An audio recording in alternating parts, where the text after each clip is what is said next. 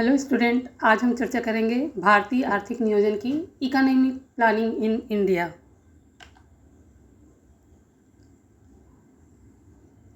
हम चर्चा करेंगे इसकी रूपरेखा की, जैसे कि प्रस्तावना, आशय, परिभाषा, उद्देश्य, प्रकार, आर्थिक नियोजन का इतिहास, पंचवर्षीय योजनाओं का विवरण और लास्ट में निष्कर्ष के। जब 1947 में हम आज़ाद हुए और 1950 में हमारे संविधान लागू हुआ, तो उस समय हमारे देश के सामने सबसे बड़ी समस्या ये थी कि हमारे देश का विकास कौन सी नीतियों से किस तरह से किया जाए। इसलिए हमने आर्थिक नियोजन का मार्ग अपनाया और यह मार्ग हमें सोवियत संघ से प्राप्त हुआ था। अभी तक हमारे देश में 12 पंचवर्षीय योजनाएं और 7 वार्षिक योजनाएं बनाई जा चुकी है। आर्थिक नियोजन देश के स्वीकृत राष्ट्रीय प्राथमिकताओं के अनुसार देश के संसाधनों का विभिन्न विकासात्मक क्रियाओं में प्रयोग करना है।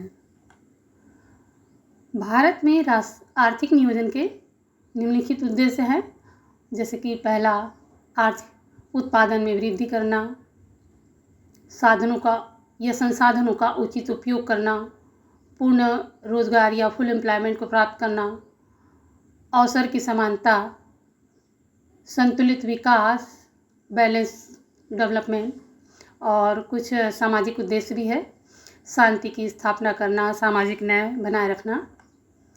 आर्थिक नियोजन के प्रकार, पहला इसमें सामयिक नियोजन, दूसरा है प्रजातांत्रिक नियोजन, तीसरा है केंद्रीकृत तथा विकेंद्रीकृत नियोजन, चौथा है दीर्घकालीन नियोजन और पांचवा है अल्पकालीन नियोजन। भारत में आर्थिक नियोजन का इतिहास 1934 में ही सर एम विश्वेश्वरैया ने भारत के लिए नियोजित अर्थव्यवस्था नामक पुस्तक लिखी थी। यह इस दिशा में प्रथम प्रयास था। 1938 में इंडियन नेशनल कांग्रेस ने पंडित जवाहरलाल नेहरू की अध्यक्षता में एक राष्ट्रीय नियोजन समिति का गठन किया था। 1944 में मुंबई के 8 उद्योगपतियों ने एक 15 वर्षीय सूत्रबद्ध योजना बॉम्बे प्लान प्रस्तुत की।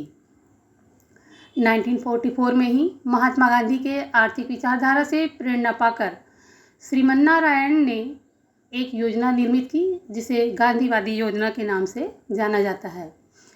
एम.एन. राय ने 1945 में जन योजना निर्मित की थी तथा 1950 में जयप्रकाश नारायण ने एक योजना सर्वोदय योजना के नाम से प्रकाशित की। इस योजना के कुछ अंशों को सरकार ने अपनाया, लेकिन पूरी योजना को स्वीकार नहीं किया। योजना आयोग का गठन 15 मार्च 1950 को जवाहरलाल नेहरू की अध्यक्षता में योजना आयोग का गठन किया गया था। योजना आयोग का भारतीय संविधान में कोई उल्लेख नहीं है, अतः इसका गठन परामर्श जाति व विशेषज्ञ संस्था के रूप में सरकार के एक प्रलेख द्वारा हुआ। फलस्वरूप इसके स्वरूप एवं संगठन में सरकार द्वारा समय समय पर परिवर्तन किया जाता है। भारत में नियोजित विकास का शुभारंभ 1951 में प्रथम पंचवर्षीय योजना के प्रारंभ होने के साथ हुआ। 1 जनवरी 2015 को नीति आयोग का गठन किया गया।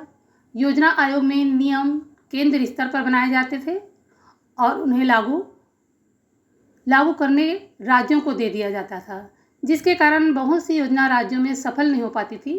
जबकि नीति आयोग में जो योजना बनती है उसमें केंद्र के सदस्यों के साथ साथ राज्यों के मुख्यमंत्री भी शामिल होते हैं। प्रधानमंत्री प्रदेश अध्यक्ष होता है। राष्ट्रीय विकास परिषद का गठन 6 अगस्त 1952 में सरकार के एक प्रस्ताव द्वारा गैर संविधान में निकाय के रूप में किया गया।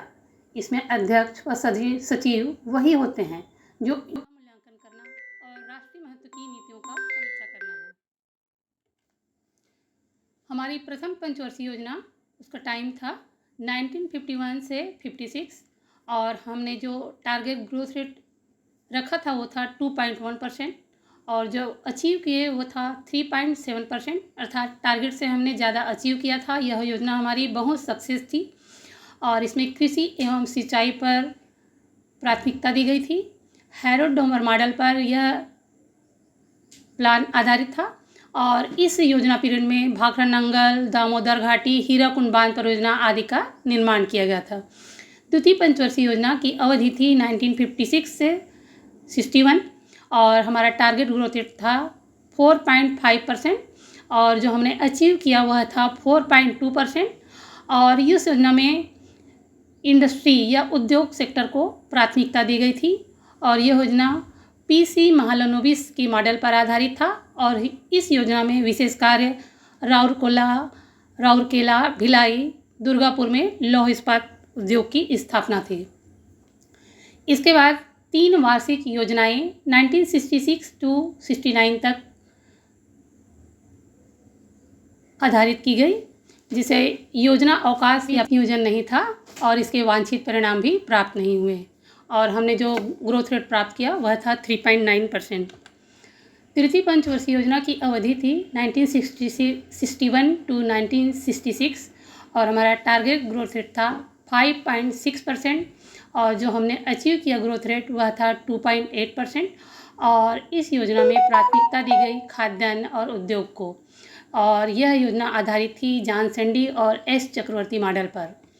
चतुर्थ पंचवर्षीय योजना की अवधि थी 1969 टू 74 और स्थिरता के साथ विकास करना हमारा ऑब्जेक्टिव था और हमारा टारगेट ग्रोथ रेट था 5.7% और जो ग्रोथ रेट अचीव किए 3.7% और प्राथमिकता दी गई कृषि और इरिगेशन पर और अशोक रुद्र और गाडगिल मॉडल पर यह योजना आधारित थी और इस योजना में रोजगार गारंटी योजना और परिवार नियोजन कार्यक्रम हमारे मुख्य कार्यक्रम रहे हैं। 1978 से 1980 के बीच में जो योजना निर्धारित की गई उसे अनवरत योजना या रोलिंग प्लान का नाम दिया गया। 5वीं पंचवर्षीय योजना एक वर्ष पूर्व समाप्त कर दी गई और रोलिंग प्लान में हमने 3.9% ग्रोथ रेट अचीव किया था। हमारी 5वीं पंचवर्षीय योजना की अवधि थी 1974 टू 79। गरीबी उन्मूलन करना एवं आत्मनिर्भरता प्राप्त करना हमारा मेन ऑब्जेक्टिव था। हमारा जो टारगेट ग्रोथ रेट था वह था 4.4% और जो ग्रोथ रेट हम अचीव किए वह है 4.9% और प्राथमिकता दी गई गरीबी उन्मूलन और रोजगार सृजन को। डीपी धर मॉडल पर यह योजना आधारित थी और इस योजना में जो मुख्य आकर्षक बिंदु था वह था 20 सूत्री कार्यक्रम, काम के बदले अनाज कार्यक्रम को लागू किया गया।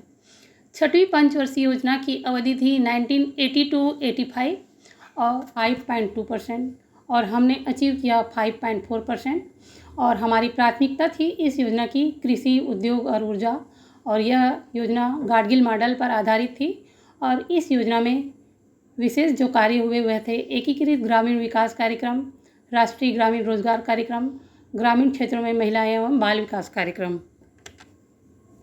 7वीं योजना की हमारी अवधि थी 1985 से 1990। साम्य एवं न्याय पर आधारित यह योजना थी।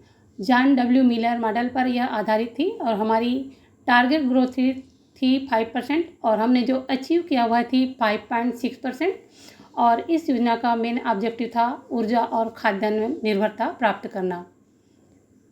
8वीं योजना की हमारी अवधि थी 1992 से 1997। 1990 से राजनीतिक परिवर्तनों के कारण यह योजना प्रारंभ नहीं हो सकी। मनमोहन सिंह मॉडल पर यह योजना आधारित थी। मानव संसाधन, शिक्षा, स्वास्थ्य आदि पर योजना में प्राथमिकता दी गई। हमारी टारगेट ग्रोथ रेट थी 5.6 और हमने अचीव किया 6.6 अर्थात टारगेट से ज़्यादा हमने अचीव किया था।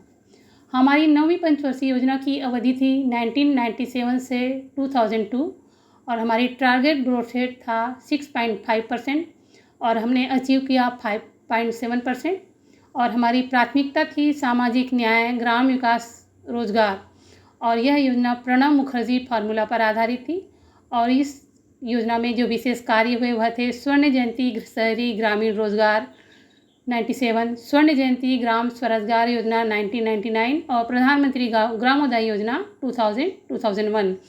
हमारी 10वीं पंचवर्षीय योजना की अवधि थी 2002 से 2007 और हमारा टारगेट ग्रोथ रेट था 7.9% और हमने जो अचीव किया वह था 7.6% ग्रोथ रेट और हमने प्राथमिकता दी थी इस योजना में रोजगार, सामाजिक अवसंरचना का विकास। और इस योजना का जिस मॉडल पर आधारित था वह थी प्रणब मुखर्जी मॉडल।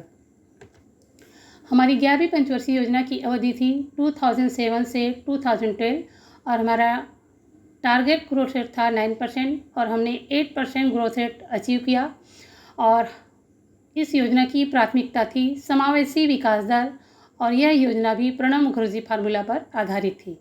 हमारी 12वीं पंचवर्षीय योजना 2012 से 2017 तक चली और हमारा टारगेट ग्रोथ रेट था 8% और हमने 7.2% ग्रोथ रेट अचीव किया। और हमारी प्राथमिकता थी तीव्र समावेशी विकास और यह योजना भी प्रणब मुखर्जी मॉडल पर आधारित थी। हमारी पूरी 12 पंचवर्षीय योजनाएं थी जिसमें से 5 योजनाएं ऐसी थी जिसमें हमने टारगेट से ग्रोथ रेट से ज़्यादा अचीव किया है ग्रोथ रेट। और विभिन्न पंचवर्षीय योजनाओं द्वारा भारत का विकास हुआ है, लेकिन फिर भी इसमें कुछ कमियां थी जिसके कारण 1 जनवरी 2015 को नीति आयोग का गठन किया गया। योजना आयोग में केंद्र जो नियम होते थे वो केंद्र स्तर पर बनाए जाते थे, उसे लागू करने राज्यों को दिया जाता था, जिसके कारण बहुत सी योजना राज्यों में सफल नहीं हो पाती थी। जबकि नीति आयोग में जो योजना बनती है उसमें केंद्र के सदस्यों के साथ साथ राज्यों के मुख्यमंत्री भी शामिल होते हैं, जिससे जो योजनाएं तैयार की जाती है इसमें क्षेत्रीय आवश्यकताओं को ध्यान में रखा जाता है। संपूर्ण योजना काल में सार्वजनिक क्षेत्र 45% की तुलना में निजी क्षेत्र 55% द्वारा अधिक निवेश किया गया है। सकल घरेलू उत्पाद का 73% निजी एवं 23% सार्वजनिक क्षेत्र द्वारा हमें प्राप्त होता है। जो पंचवर्षीय योजनाएं थी उसके द्वारा हमारी इंडिया का या भारत का बहुत विकास हुआ है, पर फिर भी जो हम आज़ादी प्राप्त किए थे 1950 के समय जब हमारा संविधान लागू हुआ था उसकी तुलना में हमने एजुकेशन, हेल्थ एंड सोसाइटी हर तरह से जो जीडीपी है, पर कैपिटा इनकम है, सब फील्ड में हमने बहुत ही ज़्यादा अचीवमेंट प्राप्त किया है। पर फिर भी हम यदि जो विकसित देश हैं या वेस्टर्न कंट्री हैं उन देशों से यदि हम कंपेयर करें तो अभी भी हमें विकास करना बाकी है, अभी भी हमको और विकास करना है। 1950 की तुलना में हमने विकास तो किया है, बट अभी एग्रीकल्चर मेन सेक्टर है जहाँ पर हम 3 से 4% ही ग्रोथ रेट प्राप्त करते हैं, जिसके कारण से हम 2 डिजिट जो ग्रोथ रेट है उसको अचीव नहीं कर पाए हैं। इसलिए पंचवर्षीय योजनाएं अभी तो नहीं हैं, लेकिन ऐसी योजनाएं बनाई जानी चाहिए जिसमें कृषि क्षेत्र या एग्रीकल्चर सेक्टर का भी विकास हो सके, जिससे हमारा जो संपूर्ण विकास हो जाए और हमारा जो टोटल जो ग्रोथ रेट है तीनों सेक्टर का, प्राइमरी, सेकेंडरी और टर्टरी तीनों सेक्टर का ग्रोथ रेट मिलाकर वो हम 2 डिजिट जो ग्रोथ रेट है उसको अचीव कर सके, ऐसी योजनाएं बनानी चाहिए। Thank you.